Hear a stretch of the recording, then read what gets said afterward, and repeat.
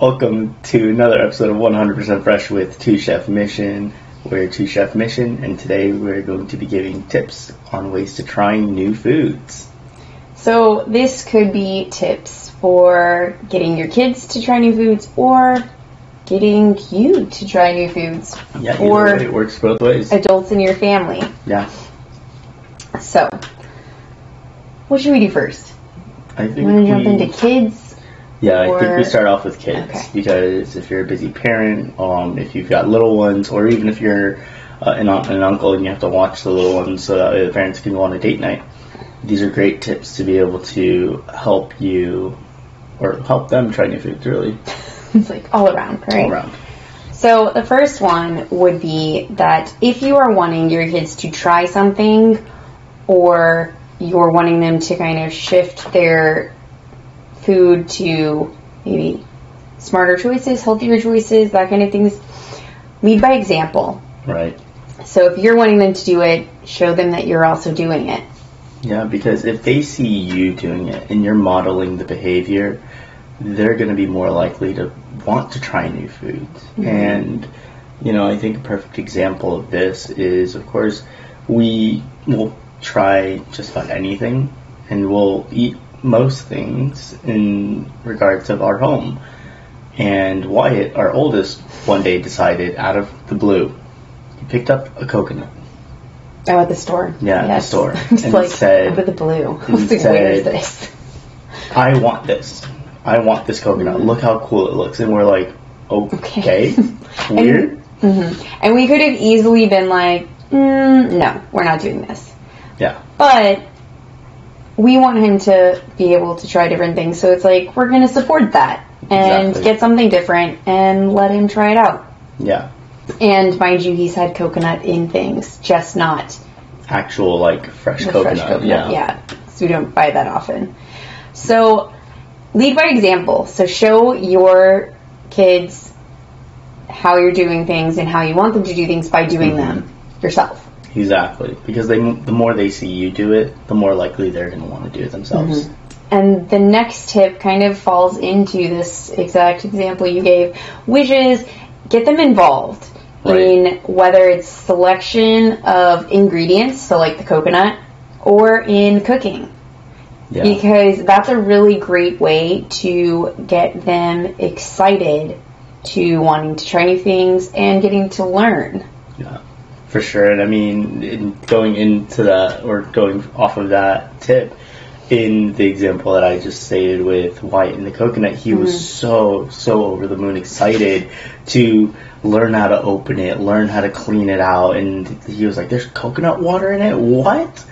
He was so excited about everything. Everything. He wanted to try the coconut water. He wanted to make a video. Oh, yeah. He wanted to help with everything, even though part of it we were like, we have to do this as adults. You gotta watch. Yeah, there's a process, but we involved him and we let him be a part of the whole experience and selection. And so he really, I felt, got some really good value and learned something from it himself. And if you haven't done this at all, a way to start kind of sneaking that, getting them involved into it, could be asking what they want their snacks to be for the week.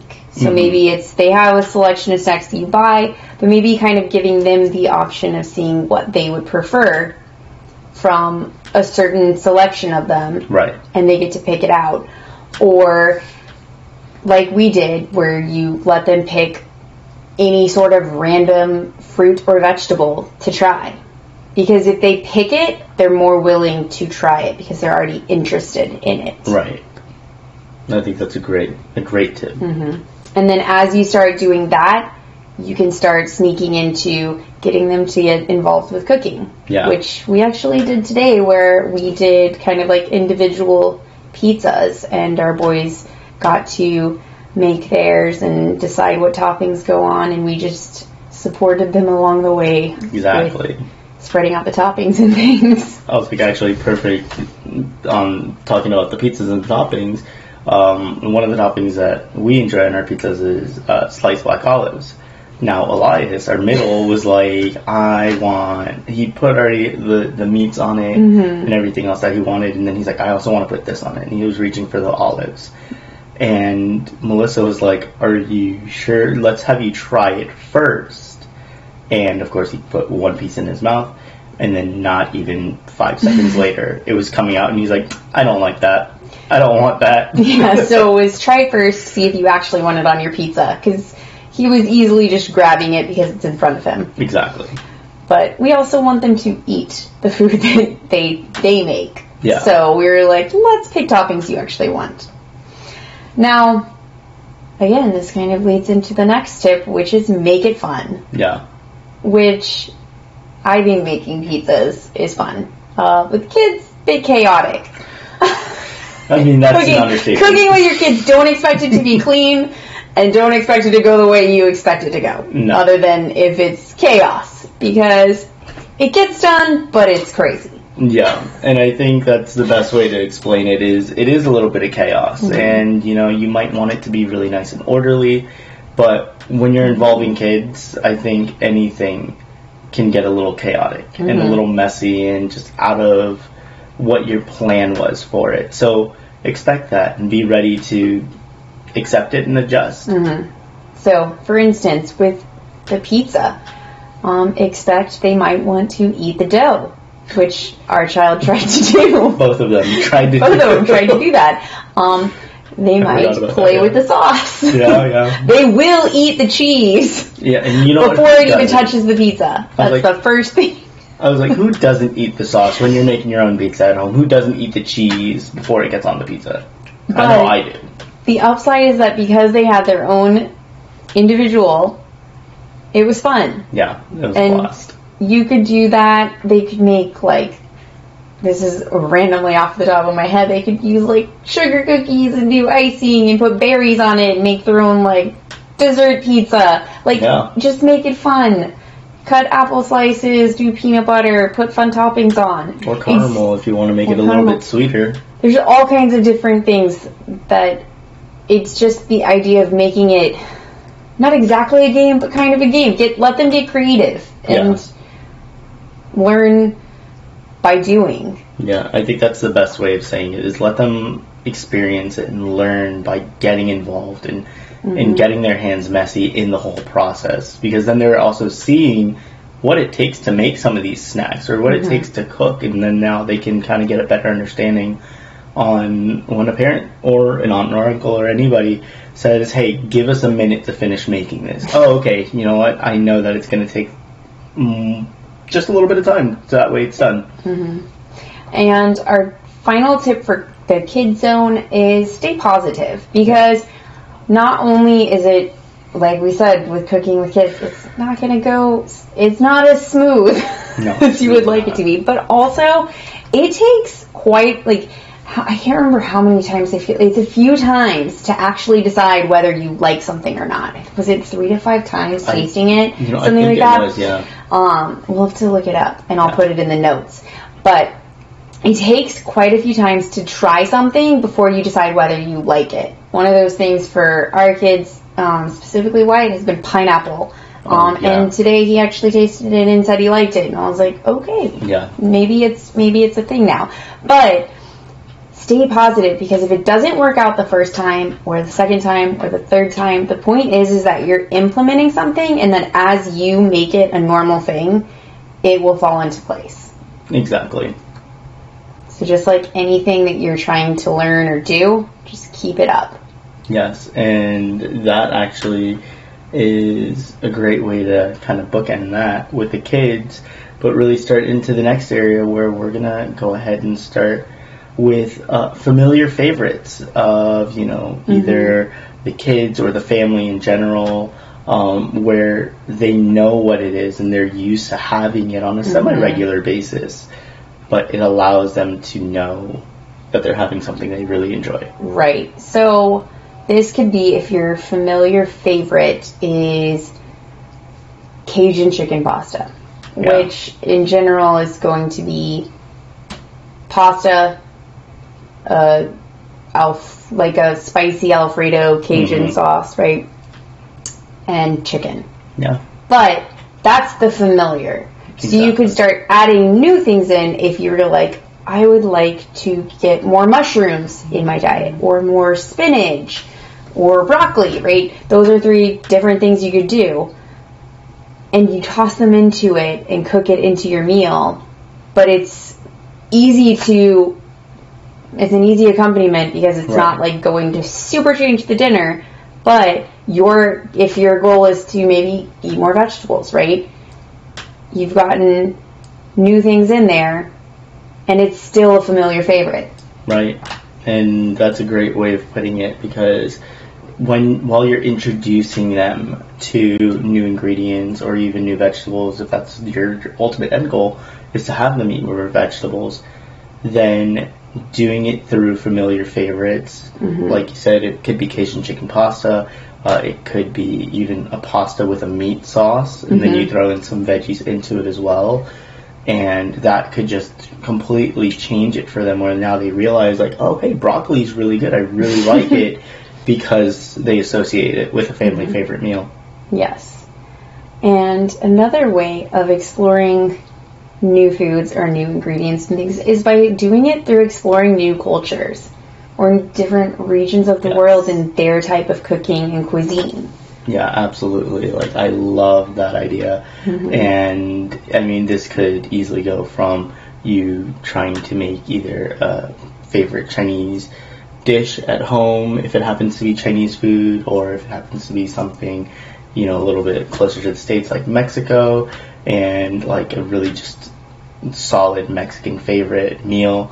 Those are really great ways to bring in culture, because they just have such a diverse, culinary repertoire in all over the world. And I think that's really the biggest thing. And it also brings in that fun aspect, because you're getting to try new things, whether it's through spices or different ingredients, while also kind of getting to explore where it comes from, what's the story behind it, and it kind of just makes it more interesting, so it's more exciting to try. And that could be you finding that type of restaurant and going and trying it. Right, it could just be as simple as that. And that's something that if we want to learn more about different cuisines, we will do exactly that. We'll research the different flavors, we'll find restaurants, we'll try different recipes and things like that, because we grow ourselves and learn and have fun with our cooking and stuff like that by doing these exact things too. Right, because we're just literally taking you step by step through our own process in having our kids get involved in trying new things. As well as ourselves. Yeah. These are the adult ones. But they do work for kids too, because I can only imagine that our kids would have so much fun. And actually, they do have fun, because we go to Epcot, and oh my God, yeah, they get to try things around the world. They love going to Epcot. That's actually, funny enough, their favorite park out of the 4 parks here in Orlando. So our next would be to check out farmers markets or specialty markets, because you will find different and exciting ingredients to try. Because at farmers markets, you're going to find the things that are in season. Right. Now, for farmers markets, we would say find the most local farm at that farmers market and check out their stuff, because they're truly going to be growing things. Right. I almost said raising things. Raising the produce, right? They're growing things seasonally. Exactly.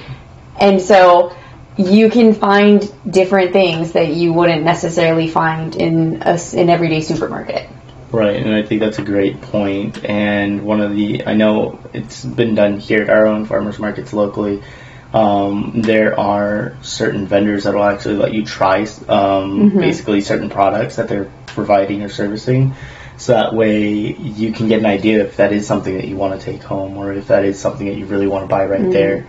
So it really opens up the idea and the capability of really tasting it before you even have to buy it. Yes. And it doesn't necessarily, because farmers market, of course, we talked about produce. It doesn't have to be produce. it could be, because there's different, a lot of times there's different like jams and baked goods and cheeses and stuff. And it's definitely worth it to explore and pick, even if it's picking a different booth. Because we've done that before, where we found there was a cheese vendor and they had a really good feta. Amazing feta. Yeah, we loved it. It's delicious. But we wouldn't have found it if we didn't try it. Yeah. So it's a great way to explore and try different things. And it's the same with a specialty grocery store or market. Because, like, we've found ones that, there's like a Mediterranean one. We've gone to a Polish market and stuff. Yeah. And then the Korean market. We've gone to so many. But you find such cool things, and if you bring your kids, they're probably going to find something totally random to try. But it also helps stretch you by them being interested in it. So it's pretty cool. Yeah. And it's exciting to see. So it's definitely worth it. And for the last thing, make sure that you celebrate that you're going to be trying and pushing the boundaries of trying different things, as well as be patient with yourself, because you're getting uncomfortable. Oh yeah, and I think that's one of the best points to make, is that you are going to be uncomfortable in this process. It's new, it's really kind of pushing your own envelope, as well as those of, your little ones, or maybe specific picky eaters in your family. And with that alone, there's going to be some resistance and there's going to be some pushback. And so by you being okay with the uncomfortable and saying, you know what, I'm making this decision, so I'm just going to go ahead and do it, that's going to make the biggest difference. So celebrate that. Yes. And like you said, or like I said, like both of us said, be patient with yourself and your kids and your family. Yeah. Because it's all new. But it's exciting. Exactly. So we're so happy that you were here on this journey with us today. And until next time, keep it 100% fresh.